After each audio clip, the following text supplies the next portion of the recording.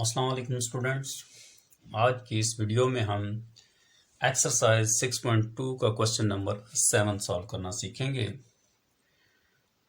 इस क्वेश्चन के अंदर अगर आप देखेंगे तो डेटा इस फॉर्म में मौजूद नहीं है जो फॉर्म यहाँ बोर्ड के ऊपर आपको नज़र आ रही है। तो जो गिवन डेटा है उसके अंदर आपको 2 से लेके 12 तक डिफरेंट टर्म्स दी गई हैं और ये total number of terms 38 terms हैं। और कहा गया है कि आप इस डेटा का मीडियन और मॉड मालूम कीजिए। आज हम सीखेंगे कि हमें जब अनग्रुप डेटा इस फॉर्म में दिया गया है तो इसका मीडियन कैसे फाइंड करेंगे। तो उसका एक मेथड तो ये है, इसके दो मेथड हम इस्तेमाल करेंगे इसको सीखने के लिए। तो अभी फर्स्ट मेथड के लिए मीडियन मालूम करने के लिए सबसे पहले आपको डाटा को अरेंज करना पड़ेगा असेंडिंग और डिसेंडिंग ऑर्डर में। असेंडिंग ऑर्डर से मुराद कि सबसे पहले आपने सबसे छोटी टर्म लिखनी है, उससे बड़ी यानी छोटे से बड़े की तरफ जाना है। जैसे हमें जो डेटा गिवन था उसको हमने अरेंज किया तो फर्स्ट जो स्मॉलेस्ट टर्म थी वो 2 थी और जो हमारी सबसे लार्जेस्ट टर्म है वो 12 है। तो 3 की फ्रीक्वेंसी 3 है तो 3 3 3 4 4 4 इस तरीके से हमने सारे डेटा को अरेंज कर लिया और टोटल नंबर ऑफ टर्म्स हमारे पास 38 बनी है और ये एक इवन नंबर है। अब हमारे पास इवन नंबर में टर्म्स हों तो उसका मीडियन हम कैसे फाइंड करेंगे ये अभी हम सीखते हैं।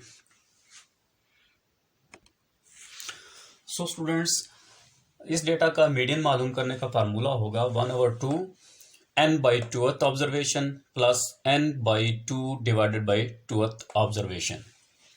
अब चूंकि हमारे पास टोटल नंबर ऑफ टर्म्स जो थी n नंबर ऑफ टर्म्स ये 38 हैं तो 38 divided by 2th observation plus n plus 2 38 plus 2 40 और 12th observation 1/2 it will become 19th observation plus 20th observation। अब जब हमने इस डेटा को एक ऑर्डर में रखा हुआ है तो अब हम देखेंगे कि हमारे पास 19th और 20th टर्म कौन सी बनती है।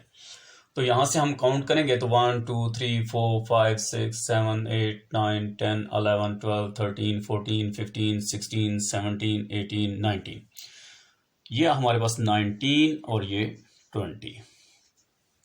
हमारे पास 19 टर्म है 7 और 20th टर्म भी है 7। ये 90th टर्म और ये हमारे पास 20th टर्म 7 प्लस 7 7 प्लस 7 14 और 2 इज इक्वल टू 7। तो मीडियन जो हमारे पास इस डेटा का जो मीडियन आया वो हमारे पास 7 आया।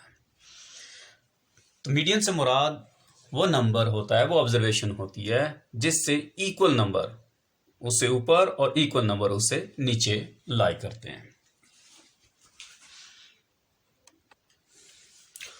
सो स्टूडेंट्स, मीडियन मालूम करने का जो सेकंड मेथड हम यहाँ यूज़ करेंगे वो यह है कि असल में जो क्वेश्चन के अंदर डेटा था वो इस फॉर्म में था 9 11 4 5 6 8, कोई तरतीब नहीं थी। अब इस तरतीब में डेटा है तो एक मेथड जो पहला था उसमें हमने ये किया, आपने देखा होगा कि हमने इसको असेंडिंग ऑर्डर में तरतीब दे दी डेटा को।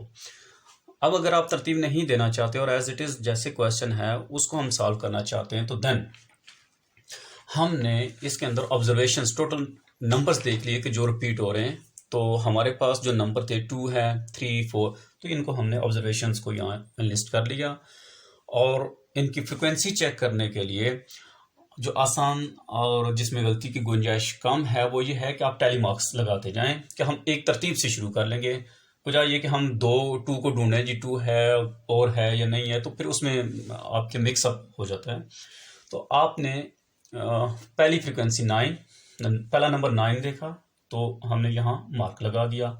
सेकंड वन 11 है तो 11 इधर आ गया, 4 यहाँ आ गया, 5 यहाँ आ गया। इस तरीके से आप इसको कंटिन्यू कीजिएगा।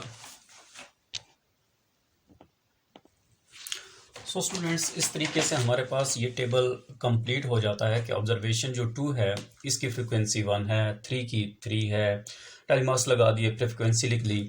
अब क्यूमुलेटिव फ्रिक्वेंसी हमने लिखनी है। क्यूमुलेटिव फ्रिक्वेंसी होता है प्रीसीडिंग फ्रिक्वेंसी में वो ऐड करके। अब 3 है, 3 में प्रीसीडिंग 1 है, 3 + 1 4, 4 + 6 10, 10 + 4 14, +3 17, +5 22, 27, 33, 35, 37 एंड 38।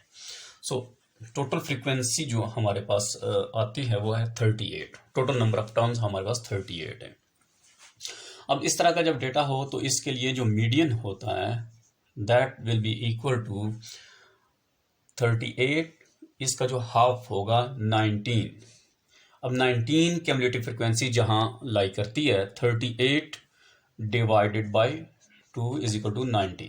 तो 19th जो हमारे पास फ्रिक्वेंसी वो लाई कर रही है, यहाँ देखें 1 4 10 14 17, 17 के बाद आती है 19। तो ये हमारे पास यहाँ आ जाएगा और ये जो ऑब्जर्वेशन है 7 that will be equal to median. तो ये एक मेथड है मीडियन मालूम करने का।